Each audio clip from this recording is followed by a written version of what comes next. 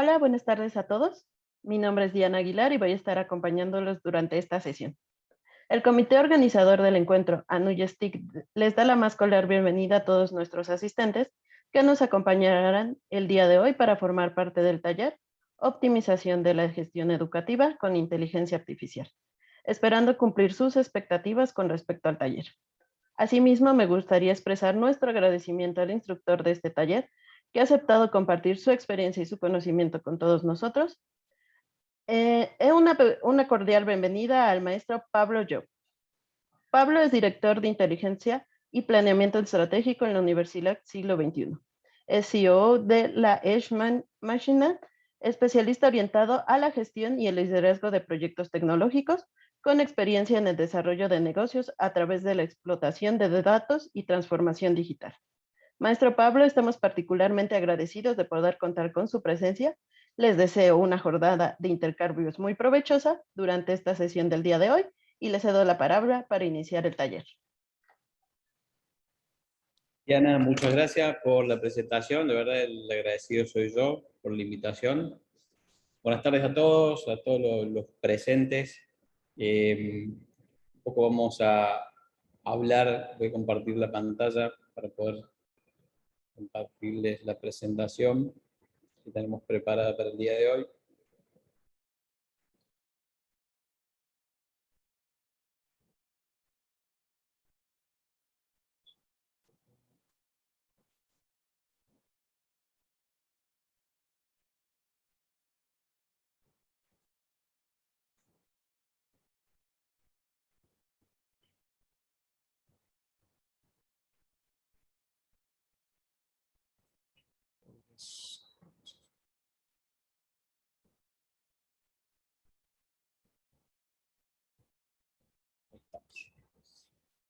Bien. Bueno, ¿qué vamos a ver el día de hoy? Yo un poco haciendo hincapié en lo que presentaba de alguna manera quien es el CEO de la organización de Máquina en el taller pasado, donde hablábamos de cómo analizar e incrementar las tasas de retención con inteligencia artificial. Traté de pararme sobre esos conceptos que él mencionaba en ese momento y partir desde ahí, primero contándole quiénes somos, qué hacemos y cómo aportamos valor a las instituciones educativas de nivel superior, sobre todo en la región. Y segundo, cómo aportamos valor desde la inteligencia de negocio a través de la mayor explotación de datos, incorporando inteligencia artificial a través de algoritmos de machine learning en todo lo que es el ciclo de vida del alumno. Entonces, un poco vamos a ir comentándoles. Bueno, como bien me presentaba Diana, mi nombre es Pablo Llop, soy director de inteligencia y planeamiento de la Universidad Siglo XXI, la universidad más elegida de la Argentina, y también soy el CEO de Máquina. Como les comentaba, en el taller pasado nuestro CEO estuvo hablando un poco de lo que hace Máquina en el sector y cómo nace Máquina, y un poco lo que vamos a hacer es pararnos en ese enfoque que presentaba Yamil en nuestro webinar pasado, contándole un poco lo que vemos, lo que venimos observando en la región y lo que vemos puntualmente en México también. Entonces, ¿qué vemos en la región puntualmente como disparador y dónde hace hincapié en Máquina para empezar a generar los cambios en las organizaciones? Primero lo que vemos es un incremento notable en lo que es el enrollment, ¿sí? O sea, se ve un crecimiento en la tasa de inscripción de nuevos ingresantes en el sistema educativo. Y por otro lado, lo que nosotros llamamos la mirada sistémica de las organizaciones, vemos un problema o un incremento en lo que es la retención, ¿no es cierto? Un incremento en lo que es la deserción de alumnos, si bien sería un problema o un inconveniente en el proceso de retención. Entonces, ahí es donde nosotros encontramos el primer punto para hacer hincapié y para enfocarnos bajo esta mirada sistémica que nosotros tenemos de las organizaciones. Por otro lado, en la tasa de graduación, en la región un 46%, que si nos comparamos con Estados Unidos estamos por debajo en términos regionales, contra un 67% promedio. Y todos estos indicadores que nosotros venimos viendo en términos de negocio tienen un antes y un después en función a lo que pasó producto de la pandemia en el 2020, ¿no? Producto del COVID-19. El COVID básicamente lo que nos dejó fue una valiosa lección para todo el sistema educativo, donde si bien estos inconvenientes venían siendo, o estos problemas de flujo venían siendo algo natural, que las organizaciones estaban permanentemente tratando de abordar para mejorar sus indicadores de rendimiento académico y también sus indicadores de negocio, lo que trae de alguna manera el COVID-19 en el 2020 es un aceleramiento de alguna manera de estos procesos, sobre todo el proceso de transformación digital, que es el proceso donde nosotros como empresa enfocada en la inteligencia artificial aplicada a las instituciones educativas abordamos de punta a punta.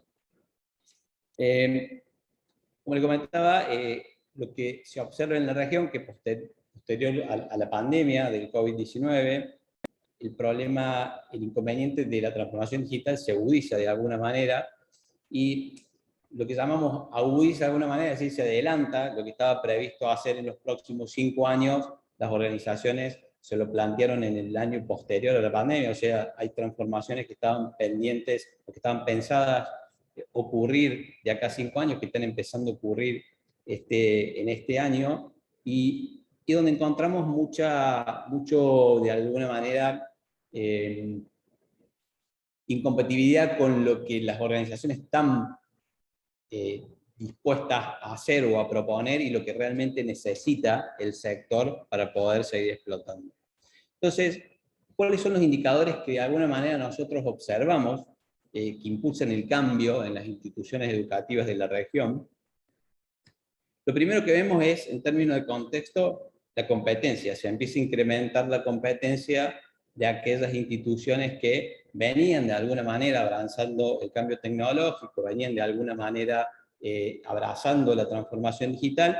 El contexto empieza a despertarse, la competencia empieza a despertarse, empieza a haber mayor competencia dentro del sector.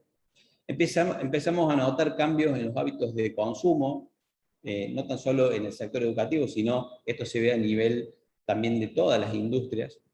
Y claramente, producto de la digitalización, mayor disponibilidad y procesamiento de datos. Las organizaciones necesitan tener mayor capacidad de procesamiento de datos porque claramente empiezan a existir mayor caudal de datos producto de las interacciones a través de los dispositivos móviles. Otro pilar que nosotros observamos tiene que ver con la gestión, y esto es cómo vienen gestionando las instituciones, tanto en los procesos de enrollment como de retención, o sea, de manera masiva, no atacando a todas las poblaciones por igual, sacando promociones de becas y beneficios, o realizando determinadas acciones para toda la población por igual, sin la posibilidad de clusterizar, o la posibilidad, o bien encontrando oportunidades de segmentación. Lo que vemos es análisis descriptivo de la información. Ya vamos a entrar más adelante en lo que son las etapas de análisis, como para entender a dónde está posicionada la región. Y toma decisiones más basadas en lo que es el juicio de experto, o el conocimiento de ciertas personas dentro de las instituciones que, de acuerdo a su experiencia, toman decisiones y sin ningún fundamento, ninguna evidencia basada en datos, que es lo que vamos a estar viendo en este webinar. En cuanto al enrollment, vemos incremento en las tasas, vemos un incremento en las tasas de crecimiento de nuevos alumnos, es decir, se vienen incrementando la cantidad de nuevos alumnos dentro de los procesos en las instituciones, pero también vemos un incremento en los costos de gestión, o sea, un incremento en los costos por alumno. Nos cuesta cada vez más traer a un alumno, si bien estamos trayendo más, pero a un costo más elevado. Entonces, en el término de encontrar el break-even, el punto de equilibrio, ahí podemos encontrar algunas dificultades en términos financieros. Y en cuanto a la permanencia, o lo que tiene que ver con la retención, vemos por otro lado un incremento en la tasa de deserción, o sea, se está incrementando la tasa, está costando más retener a los estudiantes dentro del sistema, y una dificultad muy grande para generar engagement, esto es decir, che, la retención o la reinscripción en un próximo periodo del alumno debería ser una consecuencia de un montón de acciones que vamos generando dentro del proceso educativo, generando engagement, para que, digamos, la reinscripción termine siendo una consecuencia de un montón de acciones previas. Entonces, desde ese lado es donde nosotros empezamos a decir, che, bueno, en base a estos indicadores que nosotros venimos viendo, ¿dónde nos enfocamos para empezar a ayudar a las organizaciones a transformarse verdaderamente digitalmente, digamos, de llevar sus procesos manuales a sus procesos digitales? Lo primero que encontramos, y lo primero donde hacemos focos nosotros, es en cómo trabajamos en lo que llamamos el change management o la gestión de cambio. Esto es con un foco bien puesto en dos pilares fundamentales. Primero, lo que tiene que ver en sí con la transformación digital, lo que tiene que ver con llevar la manualidad hacia la automatización y una posterior digitalización. Y por otro lado, la transformación humana en las personas, cómo desarrollamos los skills en las personas dentro de las organizaciones para que puedan abrazar ese cambio cultural que produce una mayor explotación de datos, que genera empezar a tomar decisiones basadas en datos, empezar a incorporar modelos de machine learning en todo el ciclo de vida del alumno para tomar decisiones predictivas. Y el segundo foco donde decimos, che, nos enfocamos en ver la disponibilidad y la calidad de datos con la que cuenta la organización. Hemos encontrado distintos escenarios en la región y donde trabajamos básicamente en esta etapa donde tratamos de identificar cuáles son las fuentes de orígenes de datos disponibles, la definición de las reglas de negocio, entender si las reglas de negocio en las organizaciones están bien definidas, cómo se calcula una tasa de permanencia, cómo se calcula una tasa de egreso. El desarrollo de los procesos de data cleansing de los datos, importantísimo entender que los datos deben ser con calidad si queremos obtener resultados de calidad. Y después en cómo están en términos de integración los procesos de extracción, transformación y carga, lo que nosotros llamamos ETL, que son los procesos que generamos para extraer los datos a nuestra infraestructura y poder empezar a trabajar sobre técnicas de minería de datos para evolucionar hacia la próxima etapa de análisis. Un tercer foco muy importante es lo que nosotros llamamos Learning Analytics dentro del sector educativo, que está netamente enfocado a la analítica del aprendizaje, ¿sí? Acá lo que hacemos es desarrollamos modelos predictivos con algoritmos de inteligencia artificial para acompañar al estudiante en todo el ciclo de vida y tomar decisiones basadas en datos, ¿sí? Ya vamos a ver algunos casos de éxito que hemos tenido, sobre todo en instituciones como Siglo XXI en Argentina. Y como último foco, ya como decir, sería la consecuencia de los primeros tres, enfocarnos en lo que es el Student Experience. La mayoría de las organizaciones están empezando a trabajar sobre indicadores como NPS, donde medimos grado de satisfacción de los estudiantes en todo el ciclo de vida, para tratar de mejorar esa experiencia y que la permanencia termine siendo una consecuencia de un montón de acciones que hemos venido realizando durante el periodo de curso. Esto es un poco hacia donde están yendo las organizaciones, hacia donde nos estamos enfocando desde Máquina para empezar a generar no tan solo el cambio cultural, sino el cambio y el camino hacia la transformación digital.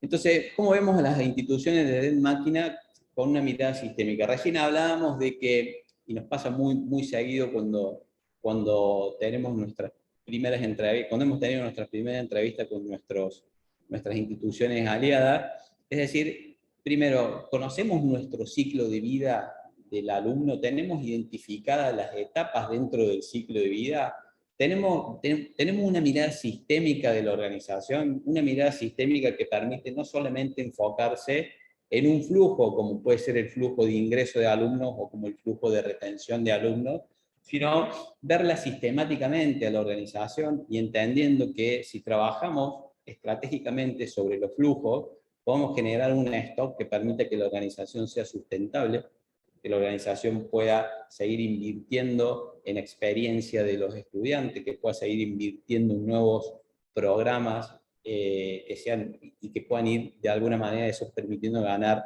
mayor posicionamiento en el mercado.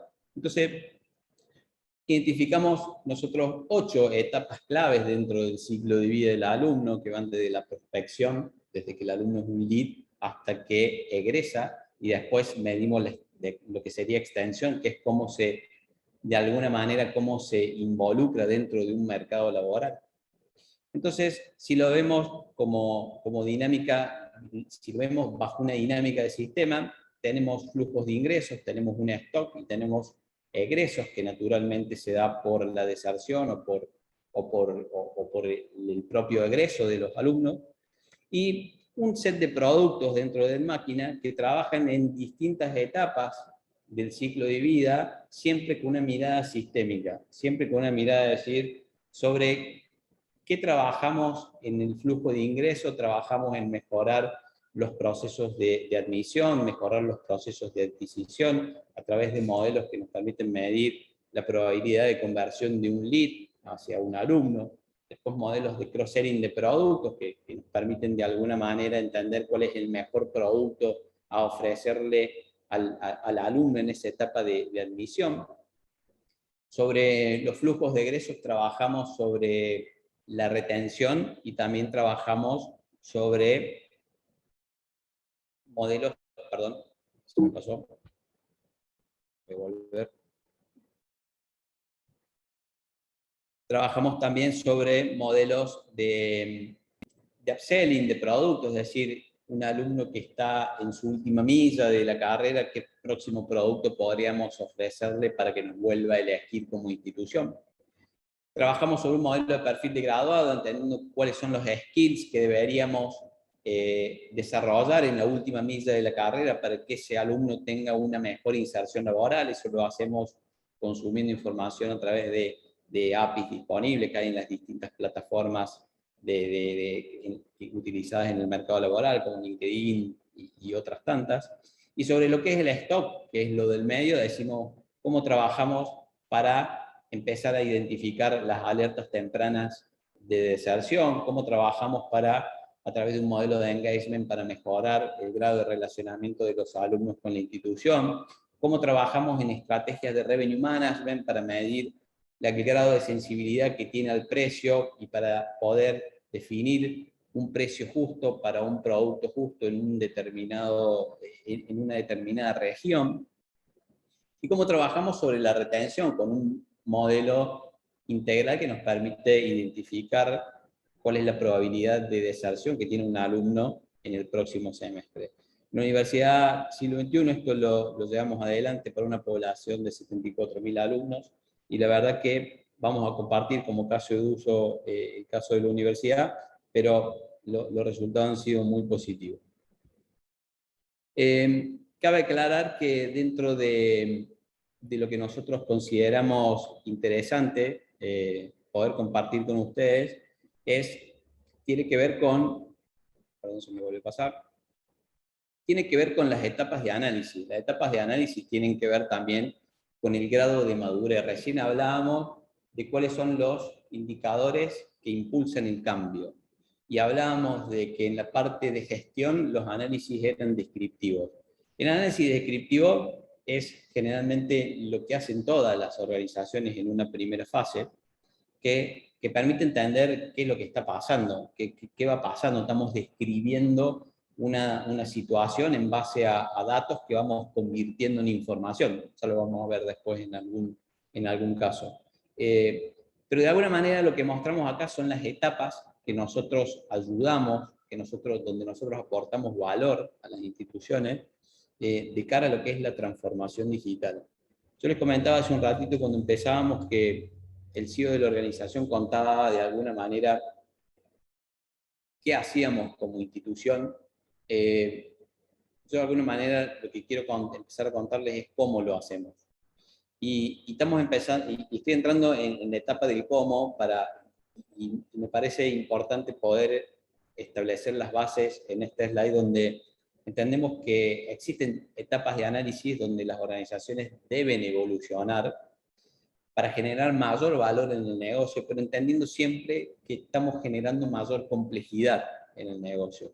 Y cuando hablamos de mayor complejidad, hablo de que necesitamos trabajar en términos culturales en desarrollar los skills en las personas para tratar de ir llevando a la organización hacia una toma de decisiones basada en datos. Entonces, hablamos de la fase descriptiva, donde entendemos qué pasa, una fase de monitoreo, donde ya empezamos de alguna manera con el desarrollo de tableros, qué está pasando, empezamos a comparar periodos actuales contra periodos anteriores, empezamos a desarrollar dashboard con indicadores, con KPI de gestión, para pasar después a una etapa predictiva, entender a través del desarrollo de modelos predictivos qué va a pasar. Ahí ya empezamos a entrar en la fase estadística, donde empezamos a trabajar sobre sobre lo que sería una estadística predictiva de alguna manera, para pasar a la última fase, que es la fase que nosotros llamamos prescriptiva, que está basada en estadística inferencial, que nos permite poder recomendar acciones, ¿sí? Entonces, lo que buscamos a través del desarrollo de nuestros modelos aplicados a las instituciones educativas es poder acompañarlas desde la fase descriptiva y poder llevarlos hacia una etapa de recomendación a través de la mayor explotación de sus propios datos. Entonces es importante que nos paremos acá para entender mejor lo que viene hacia adelante.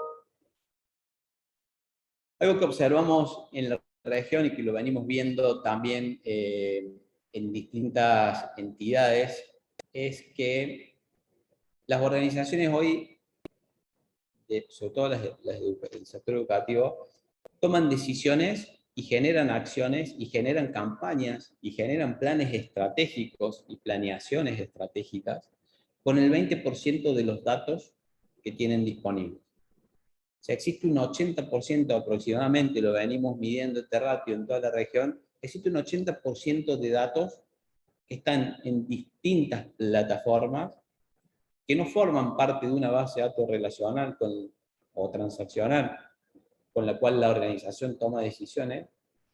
Son datos que son muy interesantes para poder tomar decisiones para definir acciones que son desaprovechadas, que no se usan para esto. Entonces, nosotros, un dato que nos empezó a llamar la atención fue este, y empezamos a trabajar en cómo desarrollar nuestras soluciones, ya sea de arquitectura de datos como de infraestructura de datos, para poder integrar todas esas fuentes de orígenes de datos en un único repositorio y poder de ahí empezar a trabajar en lo que es la generación de inteligencia de negocio. Entonces, me parecía interesante luego de entender que las organizaciones, la mayoría de las organizaciones utilizan el 20% de los datos, para entender qué es un dato y cómo ese dato se transforma en conocimiento. ¿Cuál es el proceso que un dato tiene para llegar a generar conocimiento en una persona y que esa persona pueda tomar, o en una institución, y que esa institución pueda tomar decisiones? Entonces, entendemos como dato lo que está en una base de datos, entendemos como dato ceros y unos, podríamos decirlo así. Un dato por sí solo no agrega valor, un dato por sí solo no permite poder tomar decisiones. Un dato tiene un proceso de transformación para llegar a construirse en información y poder tomar decisiones basadas en datos, generando conocimiento. Entonces, los datos están en las bases de datos, después comienzan los procesos de selección, donde seleccionamos qué datos son los que realmente necesitamos para después empezar a procesarlos, a esos datos, generamos las integraciones para traer esos datos crudos, de alguna manera, a un repositorio único, lo que les hablaba recién, para ya convertirnos en datos preprocesados, y con esos datos generamos información empezando a transformarlo. Datos que a través de determinadas reglas de negocio ya se convierten en información, ¿sí? Y con esa información, lo que hacemos en NetMáquina es, a través de distintas técnicas de minería de datos o técnicas de Machine Learning, tratamos de identificar cuáles son los patrones de comportamiento ocultos y repetitivos dentro de esos datos que nos permiten a nosotros poder convertir esa información en modelos predictivos para tomar decisiones de manera preventiva.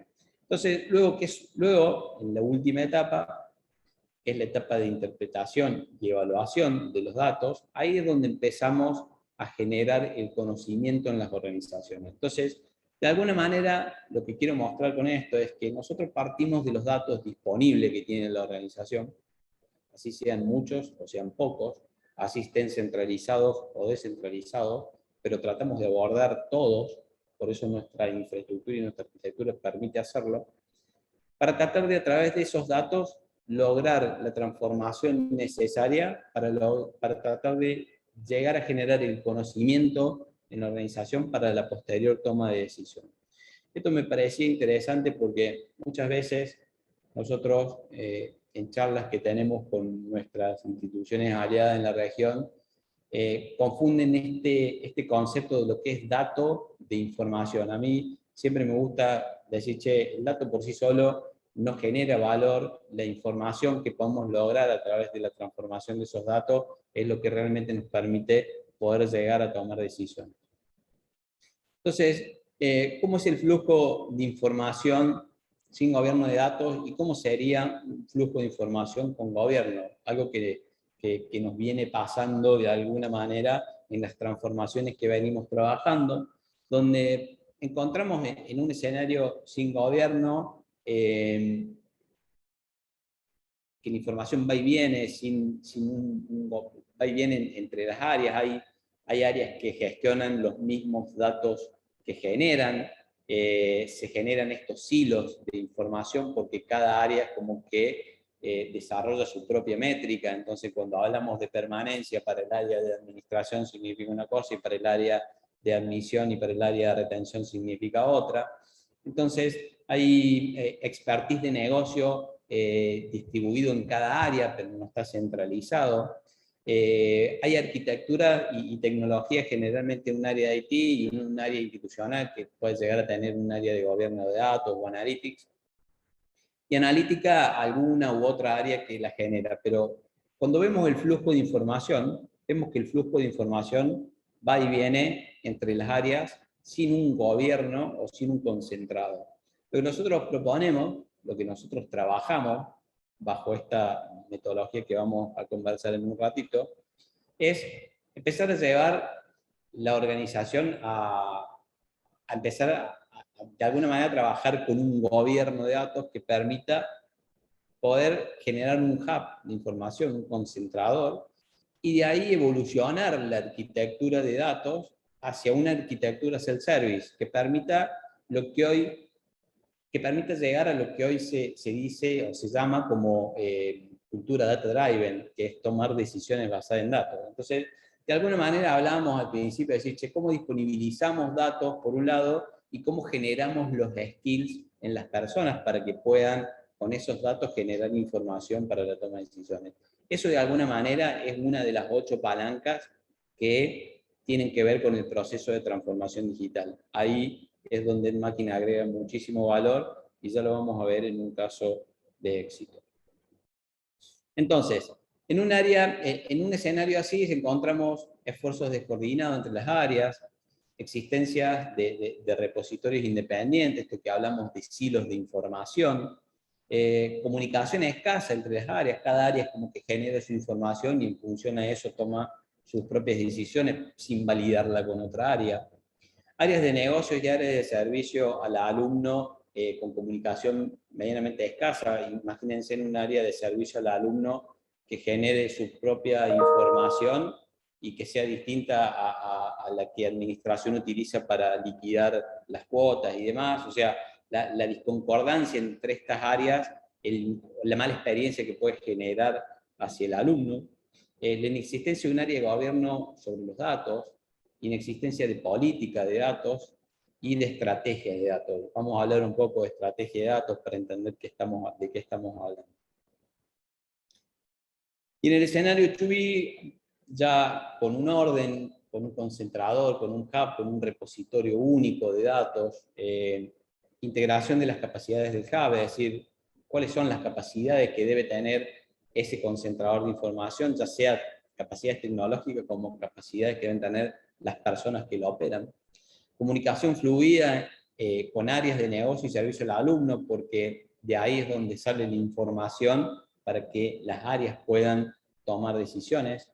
Ya empezamos a pensar en un self-service de información, en cómo disponibilizamos información a través de distintas herramientas o a través de una herramienta de visualización de datos y explotación de datos. Empezamos a entender que la tecnología está unificada y es corporativa, empezamos a eliminar de alguna manera esos hilos de información, ¿no? Que guardo información en un Drive, que guardo la información en un SharePoint, o que la guardo en un disco duro de una máquina local, sino es como que de alguna manera empezamos a unificar la tecnología de almacenamiento de manera corporativa. Empezamos a establecer una estrategia de datos, una política de datos y un ciclo de vida del dato. El ciclo de vida del dato es muy importante para no almacenar datos que ya no se usen de alguna manera. Entender cuándo un dato deja de ser válido en un proceso para la toma de decisiones es muy importante. Entonces, ¿cómo sería esto llevado a una arquitectura de datos en un escenario así? Sería algo como lo que estamos viendo, distintas fuentes de orígenes de datos que interactúan dentro de una institución educativa, como puede ser un SIS, un LMS, un chatbot, un disco duro que pueda haber, una storage en una máquina, un CRM, Excel, que pueden existir. Hemos encontrado Excel como fuentes de orígenes de datos, hasta un ERP como SAP, como Calypso, que es un facturador, y que interactúan de distintas maneras. Esto lo que vemos es una arquitectura de datos sin gobierno, algunas fuentes de datos integradas a un warehouse, donde después, a través de distintas herramientas de visualización, se disponibiliza la información al negocio, pero también encontramos usuarios que se conectan directamente a sistemas transaccionales o a fuentes de orígenes de datos para hacer explotación de los datos, y por otro lado encontramos algunos servicios como software as a service en la nube, que también consumidos directamente por usuarios. Entonces lo que vemos acá decimos, che, de alguna manera es como fluye la información en la generalidad de las instituciones en las que venimos trabajando, en todo lo que es gobierno de datos también, cómo fluye la información dentro de una arquitectura que no tiene un governance de datos.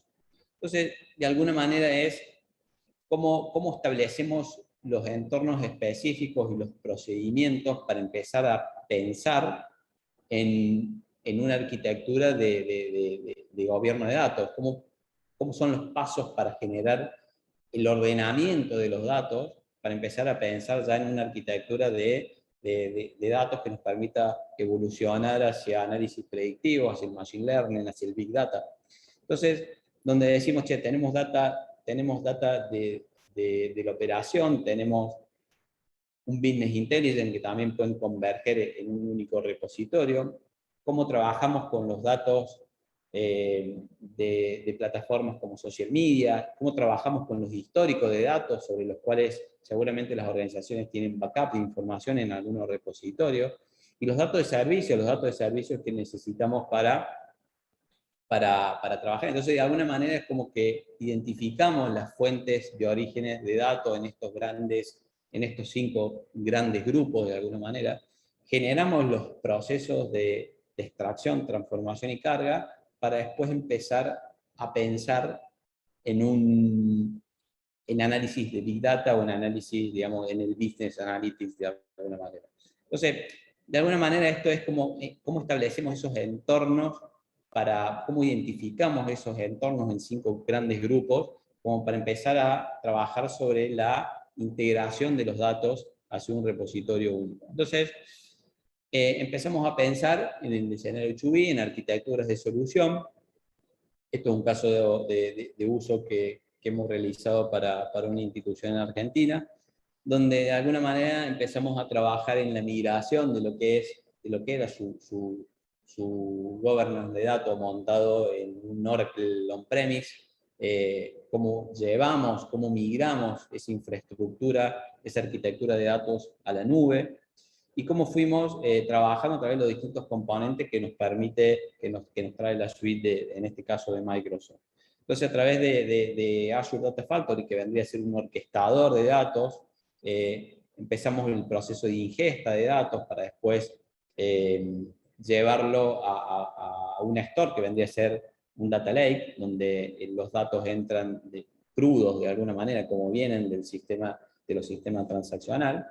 Y de alguna manera pasamos a lo que es el módulo de Databricks, donde empezamos a levantar ahí las primeras notebooks en lenguajes de programación, ya sea de Python o R, para empezar a trabajar de ahí como un descentralizador de la información y desarrollo de modelos predictivos. Entonces, de alguna manera, de acá es donde empezamos a pensar, decir, che, ya acá ya podemos pensar en una arquitectura self-service, ya trabajando desde Databricks podríamos empezar a pensar en cómo desarrollamos pequeños datamart para generar el self-service en las áreas, cómo estamos migrando ya hacia Azure Synapse para tratar de salir desde ahí y desarrollar los modelos predictivos para que corran en línea, y cómo de ahí salimos a una capa de servicio que nos permita que le permita al negocio poder explotar información en tiempo real.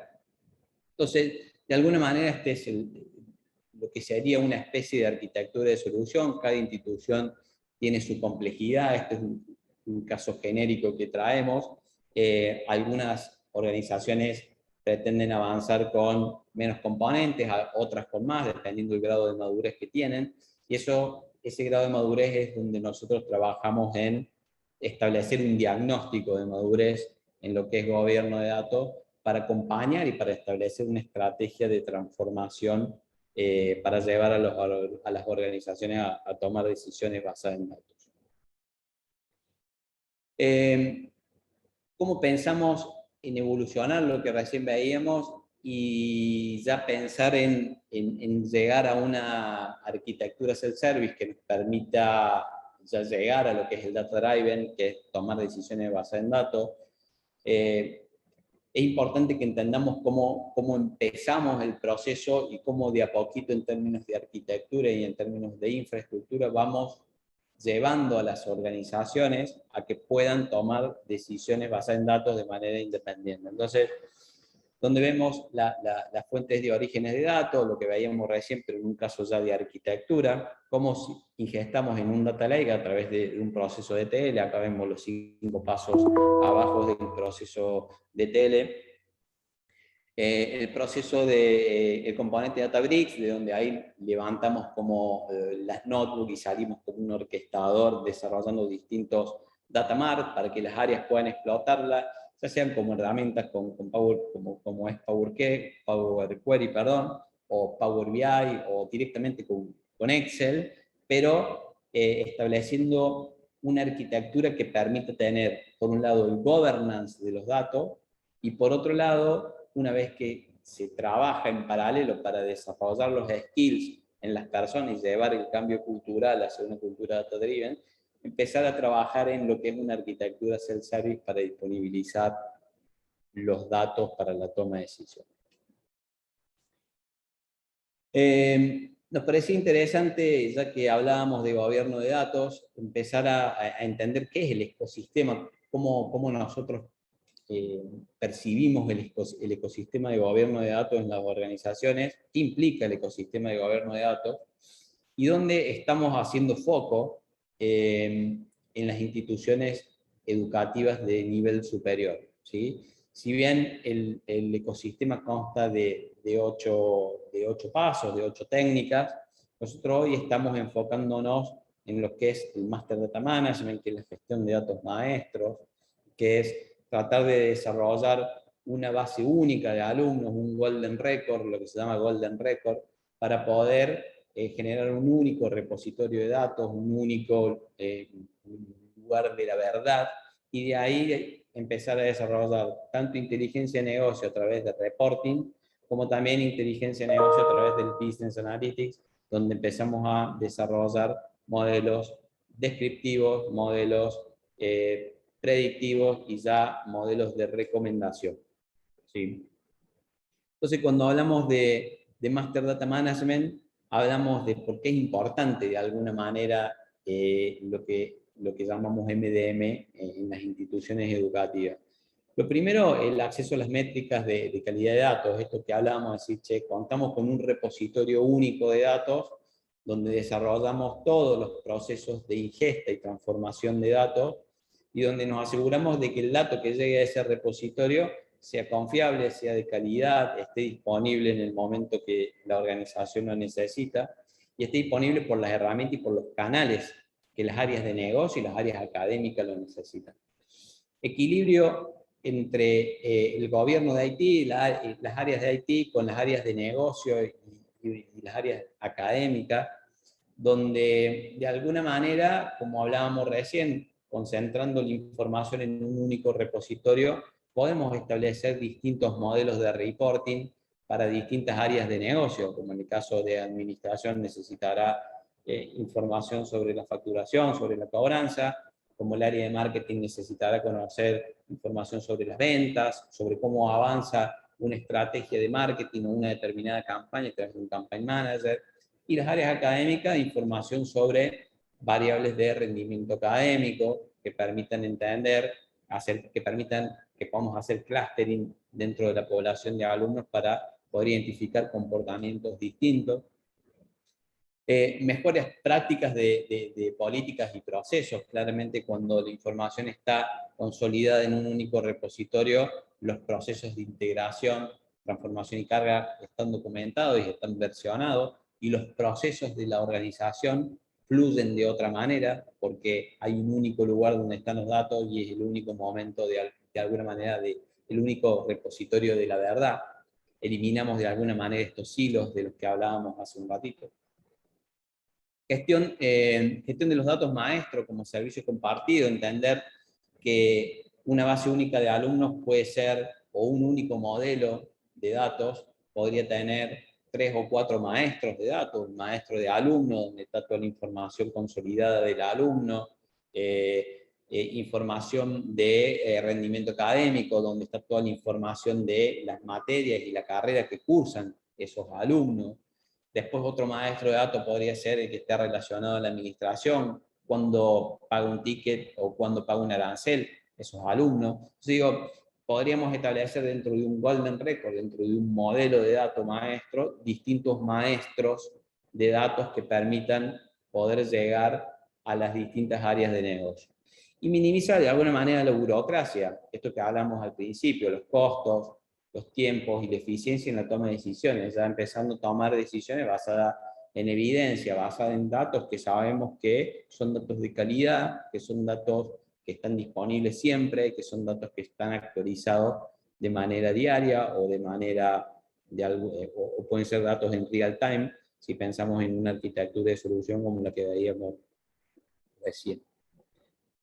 En cuanto a lo que hablamos de Learning Analytics, algo que me pareció interesante traer es esto que les explicaba, decir, che, ¿cómo lo hacemos? Porque hasta ahora hablamos de qué hacemos, de qué es lo que pasa en la región, hicimos un overview sobre la región, hablamos de datos, del Master Data Management, cómo lo implementamos y demás, pero ¿cómo lo hacemos? Entonces nos pareció interesante poder traer un caso de uso, un caso de éxito, que fue el de la Universidad Siglo XXI, en conjunto con EnMáquina, donde trabajamos sobre lo que es el Learning Analytics y donde empezamos trabajando en el desarrollo de un modelo predictivo para la retención, por allá por el 2018, donde lo que buscábamos era resolver un problema que teníamos en uno de los flujos, ¿sí?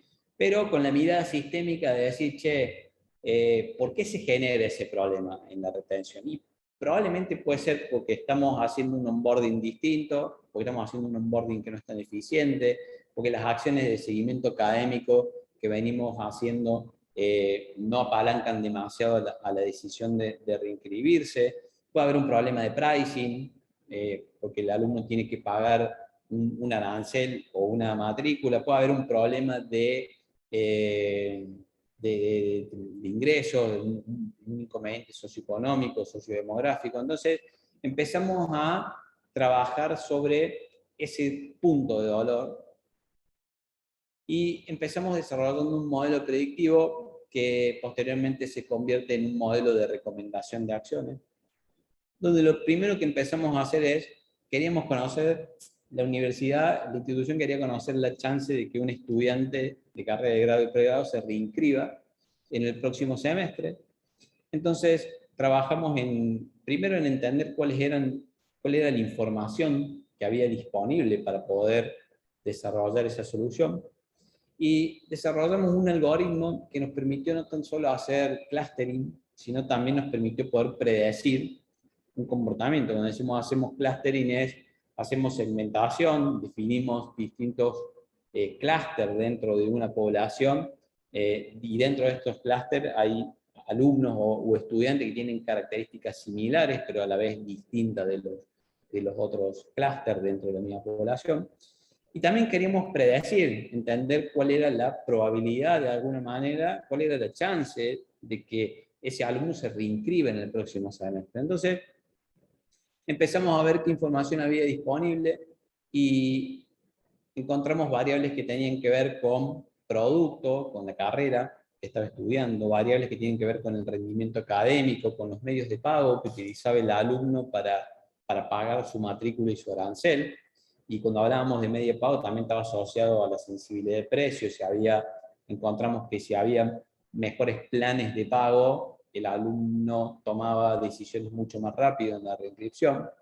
En el precio, la beca y el beneficio, si existía una beca y un beneficio, variables que tenían que ver de índole socioeconómica, es decir, si el alumno contaba con un trabajo, si estaba en relación de dependencia, cuánto aproximadamente era su rango de ingreso y demás, y variables sociodemográficas para entender en qué nivel de alguna manera sociodemográfico, socioeconómico de alguna manera se ubicaba dentro de la pirámide en el país que estábamos analizando.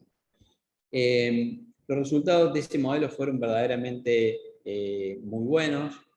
En una etapa de entrenamiento entrenamos el modelo con el 70% de la población y lo testeamos con el 30% restante, con una accuracy del 84%, es decir, que el modelo con 6 meses de antelación encontraba 8 de cada 10 alumnos que se iban a reinscribir, que iban a desertar, los identificaba 6 meses antes. Esto le permitió a la organización, nos permitió a nosotros poder acompañar a la organización en el desarrollo de una estrategia y de onboarding distinta para poder achicar esta brecha, para ya identificando quiénes podían ser en base a una probabilidad, poder hacer acciones personalizadas. Y cuando lo fuimos a testear con la realidad, ese índice medianamente se mantuvo, de 84% pasó al 81%, quiere decir que siguió encontrando los 8 de cada 10.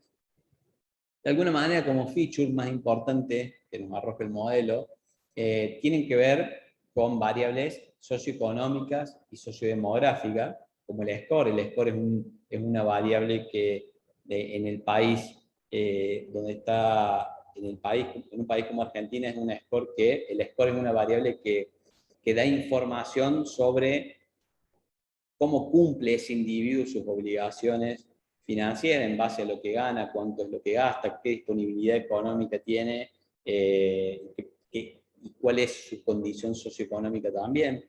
El cálculo de la antigüedad, qué antigüedad tenía en la organización, el CAU, el centro de aprendizaje donde estaba estudiando, en realidad nos da un set de variables, el algoritmo que nos permite identificar cuáles son las variables que de alguna manera explican la deserción del alumno. Entonces, básicamente, ¿qué nos devuelve el modelo? El modelo nos devuelve, en principio, un set de datos con una probabilidad atomizada por estudiante. Es decir, che, acá lo que vemos en esta imagen es un legajo de un estudiante, una carrera en la que está estudiando, si la carrera de grado o no, si la modalidad, si es presencial o a distancia, El estado de RI es si se había reinscripto en ese momento, los 1 eran que sí se habían reinscrito y los 0 que al momento que estábamos midiendo no, y la probabilidad que nos arrojaba el modelo, de alguna manera lo que traemos acá es un ejercicio de testeo del modelo, donde vemos que los valores en 1, que eran los alumnos que se venían reinscribiendo, son los que mayor probabilidad daba el modelo. Entonces, de alguna manera dijimos, che, el modelo ordena, el modelo encuentra a los alumnos que tienen una concordancia con la realidad. Empecemos a segmentar por niveles de riesgo en función al apetito de riesgo de la organización y empecemos a ver qué encontramos para establecer acciones de campañas y demás. Entonces, lo que primero hicimos fue, establecimos 3 niveles de riesgo, donde en el riesgo alto, es decir, los de baja probabilidad de reinscripción o de mayor riesgo de deserción, se estaba convirtiendo más aproximadamente 2 de cada 10 alumnos en ese riesgo convertían, es decir, se reinscribían. En un riesgo medio, 4 de cada 10, y en un riesgo bajo, mayor probabilidad de reinscripción, convertíamos 7 de cada 10. Esto es una segmentación básica por distribución poblacional, por distribución estadística dentro de la población, donde lo que buscábamos es entender si el modelo realmente ordenaba en función a una probabilidad, ¿sí? Hicimos ejercicios, fuimos un paso más y abrimos la población en 10 grupos. La abrimos en deciles, 10 porciones iguales de la población. Una población es una muestra de la población.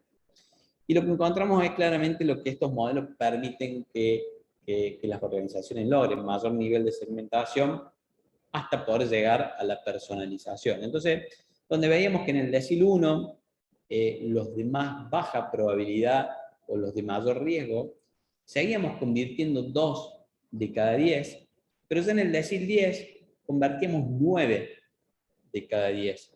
Es decir, que a mayor apertura de la población, a mayor nivel de segmentación, las oportunidades de conversión mejoraban, las oportunidades para la organización de desarrollar estrategias de campañas mejoraban o eran mayores de alguna manera. Y en el caso que traemos acá, un ejemplo, es decir, ¿qué podríamos hacer en términos de campaña de reinscripción con estos datos? Y bueno, podríamos hacer una segmentación por nivel de riesgo, es decir, che, en los deciles 1 y 2, donde tenemos mayor riesgo, podemos empezar con una acción más agresiva, una acción más personalizada que tiene que ver con una llamada, después con un WhatsApp, que el WhatsApp es un medio y es un canal que todo el mundo accede muy rápidamente. Podríamos ir con un mensaje de texto y con un mail, hacer un stop y arrancar con una promoción agresiva de beca y beneficio del 30%, y después seguir así las acciones mucho más personalizadas, porque ahí claramente es donde tenemos mayor riesgo. En una instancia superior, podríamos agarrar los deciles 3 y 4, y donde ya tenemos mayor chance de conversión, y empezar quizás por un WhatsApp y después por una llamada telefónica, y a medida que la probabilidad o las chances de reinscripción van incrementándose, también van cambiando las acciones o las campañas que realizamos, hasta podríamos tomar la decisión de decir, che, a los deciles de mayor riesgo, donde estamos convirtiendo 8 o 9 de cada 10, o probablemente no hacemos nada, no invertimos ahí dinero en campañas, hacemos eficiencia en ese segmento, o hacemos una campaña de alguna manera económica, como un mail, y cada cierto tiempo, y en las fechas más llegadas a los cierres de reinscripción, podríamos empezar con alguna promoción, un beneficio. Lo que de alguna manera mostramos dentro de lo que nos permiten hacer estos modelos, una de las tantas cosas que nos permiten hacer, es lo que esta institución de alguna manera comenzó haciendo por allá por el 2018. Hoy este modelo es un modelo de recomendación, un modelo que se evolucionó y se le incorporaron variables que tienen que ver con el diseño de campañas y la efectividad de cada una de las campañas. Entonces hoy este modelo lo que hace es poder, además de dar una probabilidad, sobre esa probabilidad recomienda cuál es la campaña que debe hacer o la campaña que da mayor resultado en determinados segmentos. También hemos aperturado la población hasta en mentiles y le hemos abierto hasta en 50 segmentos como para tratar de llegar a la microsegmentación y casi a la personalización para poder definir y poder calendarizar en nuestra arquitectura ya cloud acciones de alguna manera durante todo el periodo. Entonces, de alguna manera lo que estos modelos nos permiten es, en primera instancia, llegar a un nivel de personalización que a través de un análisis descriptivo no llegaríamos, y en una instancia superior, ya yendo a lo que es la toma de decisiones ya basada en datos, a través de modelos de recomendaciones, el algoritmo poder recomendar una acción en un determinado segmento con un cierto grado de asertividad en lo que es la reinscripción. ¿Sí? Esto, como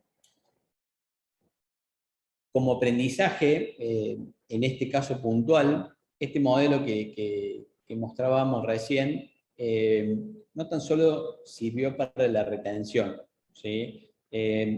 Sino que dentro del proceso de maduración de la organización, en la medida que iba pasando el tiempo, este modelo empezó a agregar valor en muchos procesos dentro de la organización. Primero, como decíamos, en la personalización está claro porque a través de una probabilidad atomizada por alumno podríamos definir una acción.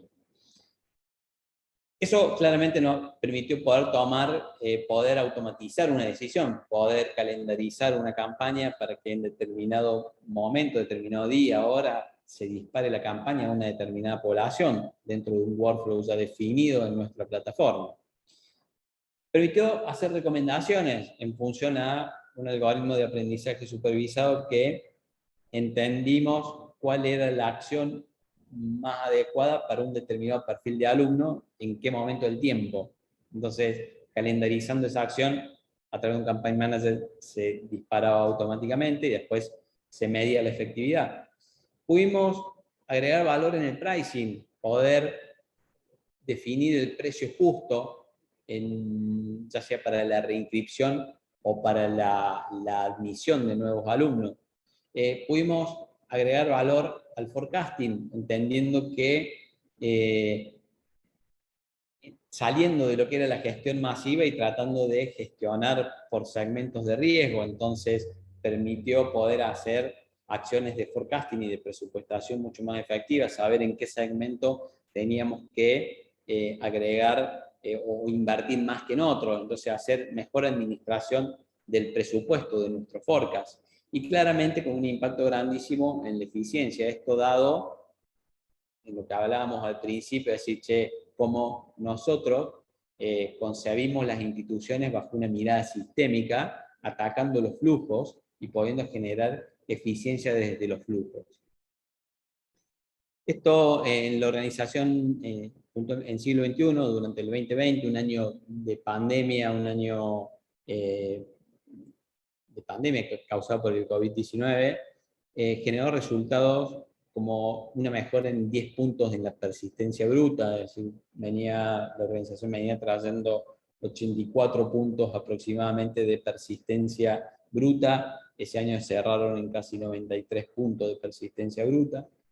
Y un indicador que llamó muchísimo la atención y que también nos alentó muchísimo a evolucionar estos modelos fue la mejora en el rendimiento académico, sabiendo que en un año de pandemia la organización tuvo que enrolar toda su población de alumnos a la mediación tecnológica y era todo un desafío poder generar buenos procesos de onboarding, buenos procesos de acompañamiento a los alumnos que estaban yendo al curso, que estaban cursando su carrera de manera presencial y de repente lo pasábamos a la mediación tecnológica.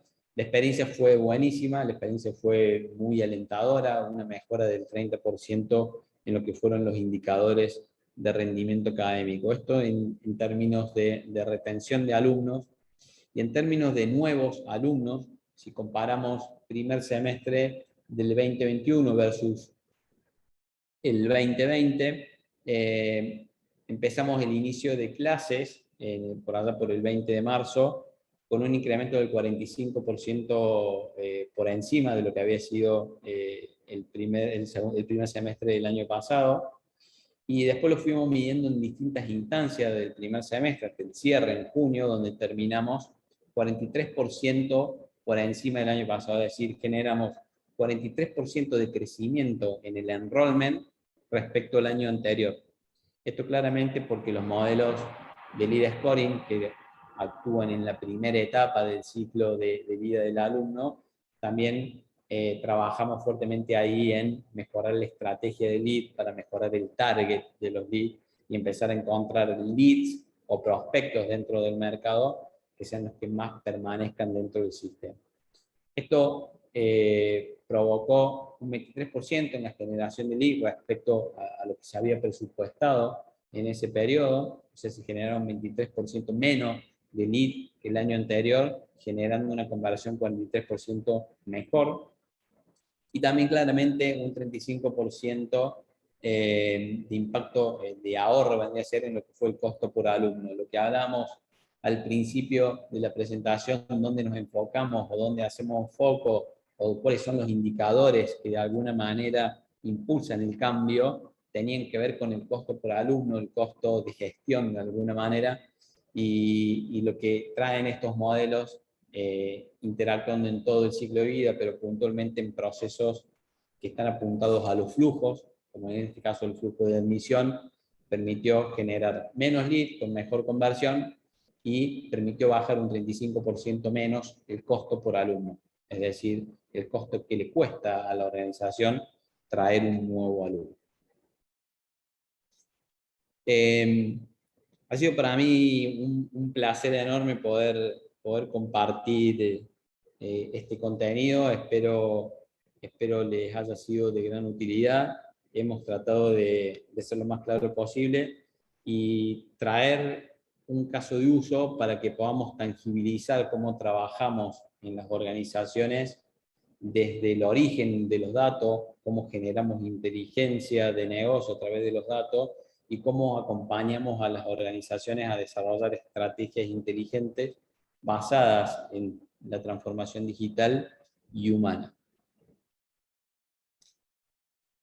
Dejo abierto el espacio para dudas, para consultas. Voy a habilitar el chat, dejar de compartir si les parece para que podamos generar interacción y poder responderles a las preguntas que suben. Okay, tenemos ya algunas preguntas ahí en el chat. Vamos a empezar con la primera, si le parece. Hugo Pablo nos pregunta, bueno, su primera pregunta fue: buen día, interesante tema. ¿Podemos decir que a pesar de todo lo malo que trajo la pandemia, esta fue el gran acelerador que cristalizó cambios en la educación que eran necesarios desde hace años? Es buena la pregunta, Hugo. No sé si generó los cambios en la educación, sí generó cambios en los procesos de negocio dentro de las instituciones educativas. Cuando hablo de procesos de negocio, hablo de los procesos internos, ¿no? Entendiendo que lo que comentaba al principio, la pandemia acelera un proceso que quizás muchas organizaciones lo estaban previendo para de acá a 4 o 5 años. La pandemia de alguna manera acelera ese proceso y hace que, sobre todo en las instituciones educativas, donde muchos alumnos a nivel mundial han perdido su año de estudio porque las instituciones no estaban preparadas, sobre todo en este sector puntual, se aceleró muchísimo. Ahí es donde nace de alguna manera EdMáquina, y nosotros nacemos con el core puesto en la educación. Nosotros somos expertos en la educación, incorporamos tecnología e inteligencia de negocio a los procesos educativos. Por eso nosotros creemos que en gran parte las organizaciones, adoptando este tipo de soluciones, pueden abrazar una transformación digital exitosa y achicar ese gap de tiempo que provocó la pandemia en función a lo que tenían planificado. Okay, muchas gracias. Vamos a la segunda pregunta que nos la hace Hugo también. Si no hubiera habido pandemia, ¿cuántos años creen que hubiese tardado en llegar el punto que la pandemia aceleró en la industria educativa?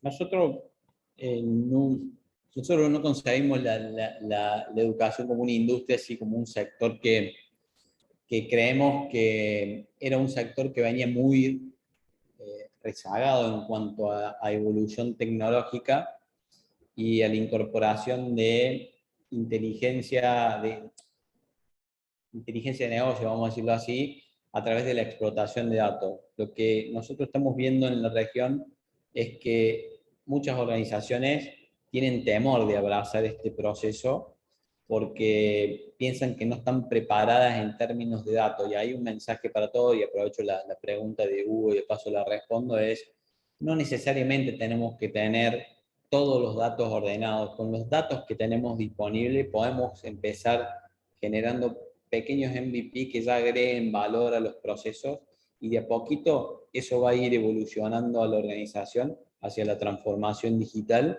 hacia la transformación humana y hacia el uso de los datos como input necesario para la toma de decisiones. Gracias. La tercera pregunta nos dice Hugo, ¿los datos desconocidos son porque alguien los tiene y no los comparte o porque los patrones de los que nadie se ha o porque son patrones de los que nadie se ha dado cuenta? Es un poco eso y otras cosas más, como por ejemplo plataformas de información, plataformas de gestión o plataformas de servicio al alumno que no estén integradas en una base de datos relacional. Lo que nos pasa a nosotros cuando en nuestras instituciones aliadas es que generalmente las decisiones se toman con datos que están dentro de una base de datos relacional, que tiene, o dentro de un ERP, o dentro de un CRM y demás. Pero cuando nosotros integramos todas esas fuentes de datos en un único repositorio, encontramos un valor exponencial al que las organizaciones tienen en ese momento para tomar decisiones. Ahí, en un simple análisis, lo que nosotros encontramos es que las organizaciones en promedio están utilizando el 20% de los datos disponibles justamente por eso, porque hoy realizar integraciones de estas plataformas en arquitecturas de sistemas ya deprecadas, como arquitecturas on-premise probablemente, era muy difícil, muy costoso, son procesos que duran muchísimo tiempo. Por eso nosotros acompañamos a las organizaciones a que puedan al menos virtualizar una parte de su repositorio para poder integrarse fácilmente a esas plataformas de información y poder armar un único hub de información para de ahí generar inteligencia de negocio a través de la explotación de datos. Eh, muchas gracias. La siguiente pregunta. Por lo que veo, un problema más es que los datos tienen formatos muy diversos para poderlos unificar de ahí. ¿En dónde se requiere el ETL para explotarlos?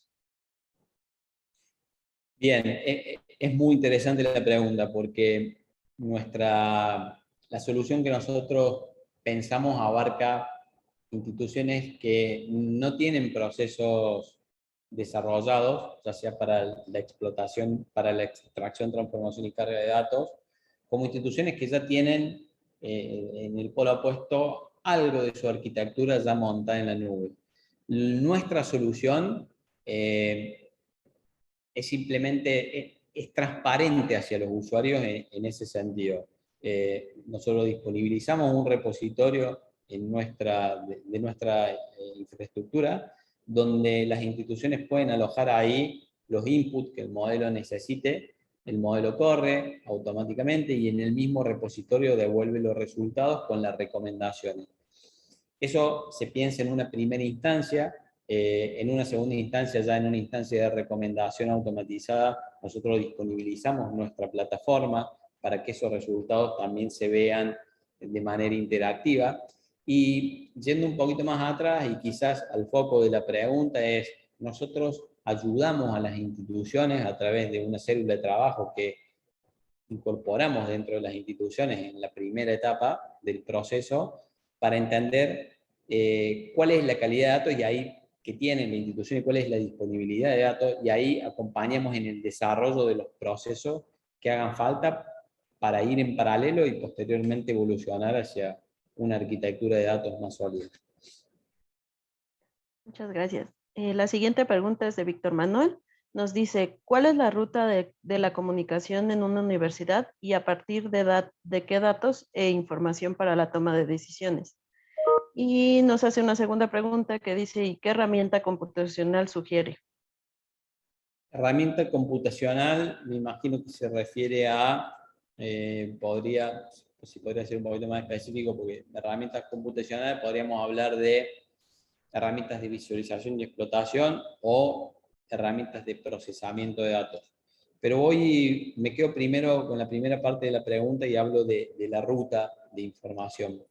La ruta de información generalmente en las instituciones está definida dentro de algún proceso, porque las organizaciones de alguna manera siguen o mantienen o van siguiendo el rendimiento académico de los alumnos, o van siguiendo sus niveles de facturación, o van siguiendo sus niveles de permanencia. Entonces, la ruta de la información generalmente está de alguna manera predefinida.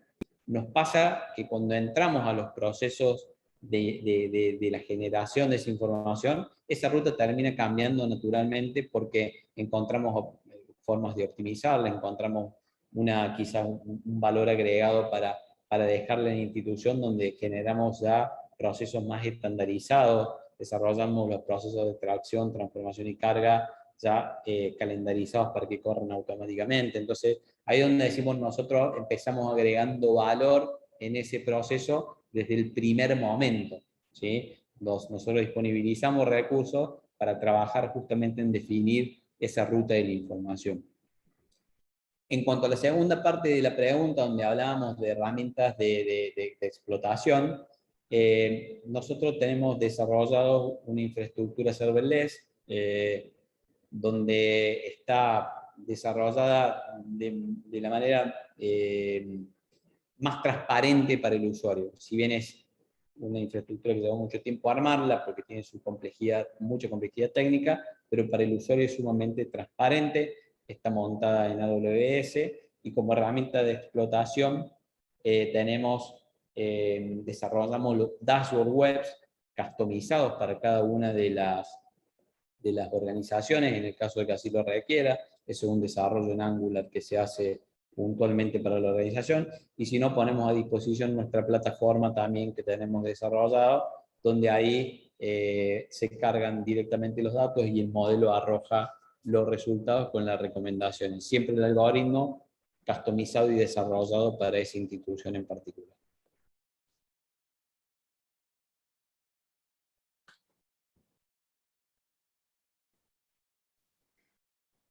Perfecto, Pablo. Te voy a hacer unas últimas dos preguntas, ya que estamos con poco tiempo.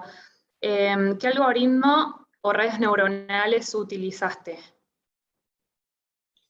Utilizamos, en realidad, los algoritmos los desarrollamos internamente nosotros, están basados en técnicas de minería de datos, son algoritmos basados en árboles de decisión en una primera instancia, y el algoritmo a desarrollar depende mucho de la necesidad del negocio, ¿sí? De la necesidad de la organización. Si la organización tiene una necesidad puntual de poder lograr mejores niveles de segmentación, desarrollamos algún algoritmo que permita clusterizar la población y armar modelos comportamentales de recomendación.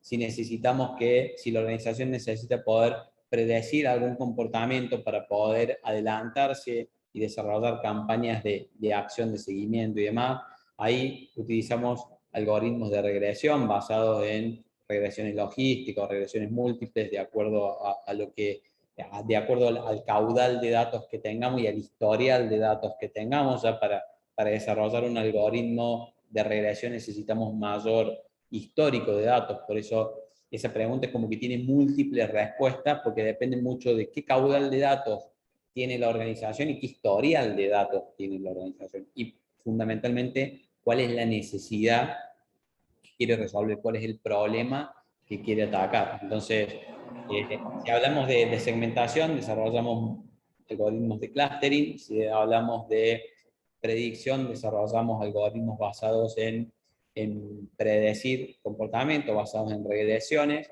y si hablamos de hacer clasificaciones, de poder identificar comportamientos dentro de la población, desarrollamos algoritmos de clasificación. Perfecto, y la última pregunta, así ya vamos cerrando, la hace Denis Cano, y de la mano con la anterior, ¿sus modelos parten del proceso de clustering para luego pasar a los modelos predictivos?